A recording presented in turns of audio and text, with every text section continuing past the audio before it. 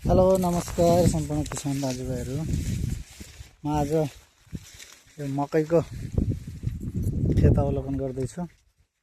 1 बिघा क्षेत्रफलमा रहेको यो मकै हेर्दा त ठिकै देखिरहेछ। मकै चाहिँ मैले यो पहिलो वर्ष मकै खेती गरिरहेको छु। यो अहिले कति मकै मेरो किराले काटे जस्तो देखिरहेको छु। यस्तो चाहिँ कुन किराले काटेको के हो थाहा भएको मान्छेहरू कमेन्ट गर्नु होला है। अरू पनि देखाउँछु हजुरलाई। सबै बुट्टाहरू त्यस्तो छैन, कहीँ कतै एउटा दुईटा बुट्टामा माथि पातमा सुराक परे जस्तो, अनि टुप्पो सर्लको पुरै खाएको पनि कहीँ भेटिन्छ। अनि त्यसलाई पुरै च्यातेर काटेर पनि हेरेँ मैले। त्यो हेर्ने अवस्थामा भित्र कुनै पनि किसिमको किराहरू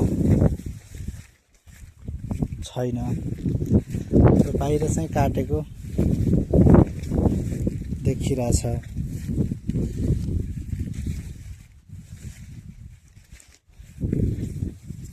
जस्तो कि यो हेर्नु, यो अब यस्तो यो काट्यो केले खायो। यहाँ पनि यसरी यो काटिदियो। यो चाहिँ कुन रोग हो या किराले काटेको के हो, जानकार किसान मित्रहरूले सल्लाह सुझाव दिनु होला।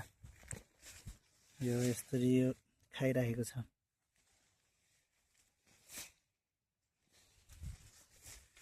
र मकैको अवस्था के छ कस्तो छ र यसमा केही कमी छ भने के गर्नु पर्यो त्यो पनि पुरा सल्लाह सुझाव कमेन्ट मार्फत